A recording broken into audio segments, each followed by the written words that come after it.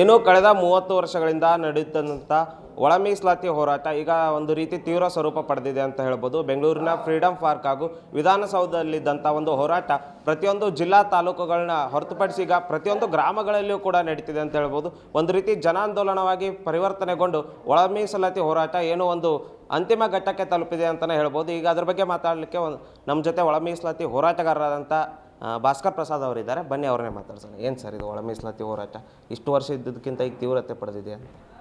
35 ವರ್ಷಗಳ ವಂಚನೆ ತೀವ್ರತೆ ಪಡೆದಿದೆ. ಇನ್ನೇನು ಮತ್ತೆ ಮಾಡುತ್ತೆ? ಇಡೀ ರಾಜ್ಯ ಇವತ್ತು ಒಳ ಮೀಸಲಾತಿಗಾಗಿ ಆಗ್ರಹಿಸಿ ಹಪಾಪಿಸ್ತಾ ಇದೆ. ಮೂಲ ಅಸ್ಪೃಶ್ಯ ಸಮುದಾಯಗಳು, ಒಲೆಮಾದಿಗ ಸಮುದಾಯಗಳು ಮತ್ತು ಆದಿವಾಸಿಗಳು, ಅಲೆಮಾರಿಗಳು, ಬುಡಕಟ್ಟಿನವರು ಎಲ್ಲರೂ ಕೂಡ ಒಳ ಮೀಸಲಾತಿಗಾಗಿ ಆಗ್ರಹಿಸ್ತಾ ಇದ್ದಾರೆ. ಇನ್ನೂ ತಡೆಯುವಂಥ ಸ್ಥಿತಿಲಿಲ್ಲ. ಹಾಗಾಗಿ ಇದು ತೀವ್ರ ಸ್ವರೂಪಕ್ಕೆ ಹೋಗ್ತಾ ಇದೆ. ಮಾಡು ಇಲ್ಲವೇ ಮಡಿ, ಸರ್ಕಾರಕ್ಕೆ ಇದು ಕಡೆ ಎಚ್ಚರಿಕೆ ಅಂತಲೇ ಹೋರಾಟ ಶುರು ಮಾಡಿರೋದು. ಈ ಹೋರಾಟ ಶುರುವಾಗಿದ್ದು 5ನೇ ತಾರೀಕು, ಮಾರ್ಚ್ 5ನೇ ತಾರೀಕು. ಇನ್ನೂ ನಿಂತಿಲ್ಲ. ಪಾದಯಾತ್ರೆ 17 ದಿವಸ ಆಯಿತು. ಈಗ ಫ್ರೀಡಂ ಪಾರ್ಕ್ನಲ್ಲಿ 7ನೇ ದಿವಸಕ್ಕೆ ಕಾಲಿಟ್ಟಿದ್ದೀವಿ. ಅದೇ ಸಂದರ್ಭಕ್ಕೆ 1 ವಾರ ಕಾಲಾವಕಾಶ ಕೊಡಿ ಅಂತ ಸರ್ಕಾರ ಕೇಳಿದೆ. 1 ವಾರ ಕಾಲಾವಕಾಶ ತೊಗೊಂಡಿದ್ರು ಕೂಡ ಮಾಡ್ತಾರೆ ಅನ್ನೋ ನಂಬಿಕೆ ಬಿಡ್ತಾ ಇಲ್ಲ ನಮಗೆ. ಆದೇಶ ಕೈಗೆ ಪಡೆಯೋವರೆಗೂ ನಾವ್ಯಾರೂ ಮನೆಗೆ ಹೋಗೋದಿಲ್ಲ. ಆದೇಶವನ್ನು ಪಡೆದು ನಾವು ಮನೆಗೆ ಹೋಗ್ತೀವಿ. ಇಲ್ಲ ಅಂತಂದರೆ ಸರ್ಕಾರಕ್ಕೆ ನಮ್ಮ ಹೆಣಗಳನ್ನ ಕಳಿಸ್ತೀವಿ ಅನ್ನೋಂಥದ್ದು ಘೋಷಣೆ ಇದು. ಇದಕ್ಕೆ ನಾವು ಈಗಲೂ ಕಟಿಬದ್ಧರಾಗಿದ್ದೀವಿ. ಇದರಲ್ಲಿ ಒಂದು ಹೆಜ್ಜೆ ಕೂಡ ಹಿಂತೆಗೆಯುವಂಥ ಮಾತೇ ಇಲ್ಲ. ಸರ್, ಇದು ಒಳ ಮೀಸಲಾತಿ ಅವಶ್ಯಕತೆ ಅಥವಾ ಅನಿವಾರ್ಯತೆ ಏನಿದೆ ಸರ್ ಸಮುದಾಯಕ್ಕೆ? ಒಳ ಮೀಸಲಾತಿ ತುಂಬಾ ಅಗತ್ಯ ಇದೆ. ಮೀಸಲಾತಿ ಮೂಲ ಅಸ್ಪೃಶ್ಯರಿಗೆ. ಮೀಸಲಾತಿಯ ಉದ್ದೇಶವೇ ಬಡತನ ನಿರ್ಮೂಲನೆ ಅಲ್ಲ, ಸಾಮಾಜಿಕ ಸಮಾನತೆ ನೀಡುವಂಥದ್ದು. ಆ ಸಾಮಾಜಿಕ ಸಮಾನತೆ ಒಂದು ಸಮುದಾಯಕ್ಕೆ ಸಿಗಬೇಕು ಅಂತಂದರೆ ಅವರು ಆರ್ಥಿಕವಾಗಿ, ಶೈಕ್ಷಣಿಕವಾಗಿ, ರಾಜಕೀಯವಾಗಿ, ಸಾಮಾಜಿಕವಾಗಿ ಎಲ್ಲದರಲ್ಲೂ ಕೂಡ ಸಮಾನಾಂತರ ಇರಬೇಕು. ಅದಕ್ಕೆ ಬೇಕಾಗಿದ್ದ ಅವಕಾಶಗಳು ಸಿಗಬೇಕು.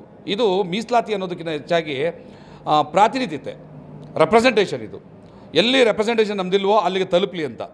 ಅಂಥ ಸಂದರ್ಭದಲ್ಲಿ ದೇವರಾಜ ಅರಸು ಅವರ ಕಾಲದಲ್ಲಿ ಇಡೀ ಭಾರತದಲ್ಲೆಲ್ಲೂ ಕೂಡ ಎಸ್ ಸಿ ಪಟ್ಟಿಯಲ್ಲಿರುವಂತಹ ಬೋವಿ, ಲಂಬಾಣಿ, ಕೊರ್ಮ, ಕೊರ್ಚಗಳನ್ನ ಸೇರಿಸಿದ್ರಿಂದ ನಮ್ಮ ಅವಕಾಶ ಸ್ವಲ್ಪ ನಮಗೆ ದಕ್ಕದಂಗೆ ಹೋಯಿತು. ಝೀರೋ ಲೆವೆಲ್ಗೆ ಬಂತು. ಈಗಲೂ ಕೂಡ ಅದೇ ಪರಿಸ್ಥಿತಿ ಇದೆ. ನಾವು ಆ ಸಮುದಾಯಗಳನ್ನ ಹೊರಗಡೆ ಹಾಕಿ ಅಂತ ಕೇಳ್ತಾ ಇಲ್ಲ, ಕೇಳೋಕ್ಕೆ ಸಾಧ್ಯವೇ ಇಲ್ಲ. ತಾಯಿ ಹೃದಯದ ಅಸ್ಪೃಶ್ಯ ಸಮುದಾಯ ಯಾವ ಸಮುದಾಯವನ್ನು ನಮ್ಮ ಪಟ್ಟಿಯಿಂದ ಹೊರಗಡೆ ಹಾಕಿ ಅಂತ ಕೇಳ್ತಾ ಇಲ್ಲ. ಆದರೆ ಪಾಲನ್ನು ಸಮಾನವಾಗಿ ಜಾತಿ ಜನಸಂಖ್ಯೆಗೆ ಅನುಸಾರವಾಗಿ ಹಂಚಿ ನಮಗೆ ಪಾಲು ಸಿಗ್ತಾ ಇಲ್ಲ. ಜಾತಿಯೇ ರೋಗವಾಗಿರುವಂಥ ಈ ಸಮಾಜದಲ್ಲಿ ಅಸ್ಪೃಶ್ಯ ಸಮುದಾಯ ತುಂಬ ಅವಗಣನೆಗೆ ಒಳಗಾಗ್ತಾ ಇದೆ, ಕಡೆಗಣಿಸಲ್ಪಡ್ತಾ ಇದೆ. ಹಾಗಾಗಿ ಒಳ ಮೀಸಲಾತಿಯ ಮೂಲಕ ಹಂಚಿ ಅಂತ. ಒಳ ಮೀಸಲಾತಿ ಅನ್ನೋದು ಹೊಸ ಕಾನ್ಸೆಪ್ಟ್ ಏನಲ್ಲ. ಈಗ ಹಿಂದುಳಿದ ವರ್ಗದಲ್ಲಿ ಪ್ರವರ್ಗ 1, 2, A, B ಅಂತೆಲ್ಲ ಇದೆಯಲ್ಲ, ಅದು ಒಳ ಮೀಸಲಾತಿಯೇ.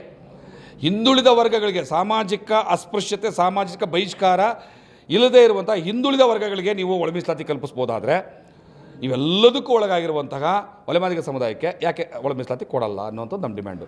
ಕೊಡ್ತೀವಿ ಅಂತ ಒಪ್ಕೊಂಡಿದ್ದಾರೆ. ಈಗ ಅದ್ರದ್ದು ಚರ್ಚೆ ಅಗತ್ಯ ಇಲ್ಲ, ಅದು ಮುಗಿದೋಗಿದೆ ಚರ್ಚೆ. ಈಗ ಕೊಡ್ತೀವಿ ಅಂತ ಒಪ್ಕೊಂಡಿದ್ದಾರೆ, ಯಾವಾಗ ಕೊಡ್ತಾರೆ ಅನ್ನೋದು ಅಷ್ಟೇ ಕಾಯ್ದಿರೋದಂಥದ್ದು. ಸರ್, ಈಗ ಒಳ ಮೀಸಲಾತಿ ಜಾರಿ ಆದರೆ ಏನು ಸಮಾಜದ ಕಟ್ಟಕಡೆಯದಾಗಿರುವಂಥ ಏನು ಕಾಡಿನಲ್ಲಿರೋ ಆದಿವಾಸಿಗಳಿಗೆ ಅಥವಾ ಏನು ಬೆರಳೆಣಿಕೆಯಷ್ಟು ಸಂಖ್ಯೆಯವರು ಬರೀ 1-1.5 ಸಾವಿರ ಜನಸಂಖ್ಯೆರು ದಕ್ಕಲಿಕ ಸಮುದಾಯಗಳಿಗೆ ನ್ಯಾಯ ಸಿಗುತ್ತಾ ಅಂತ? 100% ಸಿಗುತ್ತೆ. ಈಗ 1% ಅವ್ರಿಗೆ ಏನೋ ಆದಿವಾಸಿಗಳಿಗೆ, ಇತರೆಯರಿಗೆ ಅಂತ ಹೇಳಿ ಕೊಡ್ತಾ ಇದ್ದಾರಲ್ಲ, ಬಹುಶಃ ಇಲ್ಲ, ಅವ್ರಿಗೆ ಜಾಸ್ತಿ ಮಾಡಬೇಕು ನನ್ನ ಪ್ರಕಾರ. ಆದಿವಾಸಿಗಳಿಗೆ, ಅಲೆಮಾರಿಗಳಿಗೆ, ಬುಡಕಟ್ಟಿನವರಿಗೆ, ಅರಣ್ಯವಾಸಿಗಳಿದಾರಲ್ಲ ಅವ್ರಿಗೆ ಇನ್ನೊಂದು 0.5%, 1% ಆದರೂ ಜಾಸ್ತಿ ಮಾಡಬೇಕು.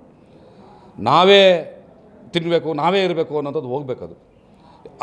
ಪಾಪ ಅವ್ರು ಬಸ್ ನೋಡಿಲ್ಲ ಇಲ್ಲಿವರೆಗೂ.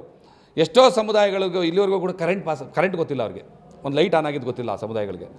ಅವ್ರಿಗೆ ಅವಕಾಶ ಕೊಡದೆ ಒಂದು ಸಮುದಾಯವನ್ನು ಸಾಯಕ್ಕೆ ಬಿಟ್ಬಿಟ್ಟು ಇನ್ನೊಂದು ಸಮುದಾಯ ಉದ್ಧಾರ ಆಗುತ್ತೆ ಅಂದರೆ ಅದು ದೇಶದ ನಾಶ. ಅದು ಈಗ ಒಬ್ಬ ಮನುಷ್ಯನಿಗೆ ಅಂಗಾಲಲ್ಲಿ ಊನಾಗಿದೆ, ರೋಗ ಇದೆ ಅಂತಂದರೆ ಅದು ನೋಯಕ್ಕೆ ಬಿಟ್ಬಿಟ್ಟು ನನ್ನ ಕಣ್ಣು ಮೂಗು ಮಾಯಿ ಚೆನ್ನಾಗಿರೋದಿಲ್ಲ, ಸ್ವರ್ಗೋಗುತ್ತೆ. ಹಂಗೆ ಯಾವ ಸಮುದಾಯ ಕೂಡ ಅವಕಾಶದಿಂದ ವಂಚಿತರಾಗಬಾರ್ದು, ಎಲ್ರಿಗೂ ನ್ಯಾಯ ದಕ್ಕುತ್ತೆ. ಸರ್, ಇದಿಷ್ಟು ಏನು ಭಾಸ್ಕರ್ ಪ್ರಸಾದ್ ಅವರ ಮಾತಾಗಿತ್ತು. ಏನು ಈ ಹೋರಾಟವನ್ನು ಇಷ್ಟಕ್ಕೆ ಕೈ ಬಿಡೋಲ್ಲ, ನಾವು ಒಳ ಮೀಸಲಾತಿಯನ್ನು ಜಾರಿ ಮಾಡಿಯೇ ಮನೆಗೆ ಹೋಗ್ತೀವಿ ಅಂತ ಹೇಳ್ತಿದ್ದಾರೆ. ನೋಡಬೇಕು ಸರ್ಕಾರ ಎಷ್ಟು ಕಾಲಾವಕಾಶದಲ್ಲಿ ಒಳ ಮೀಸಲಾತಿಯನ್ನು ಜಾರಿಗೆ ಮಾಡಿ ಇವರ ಬೇಡಿಕೆಯನ್ನು ಈಡೇರಿಸ್ತದೆ ಅಂತ. ಕ್ಯಾಮ್ರಾಮನ್ ಸಂತೋಷ್ ಜೊತೆ ದೇವರಾಜ್ ಒಣಗೆರೆ, ಉತ್ತರ ಕರ್ನಾಟಕ ನ್ಯೂಸ್, ಬೀದರ್.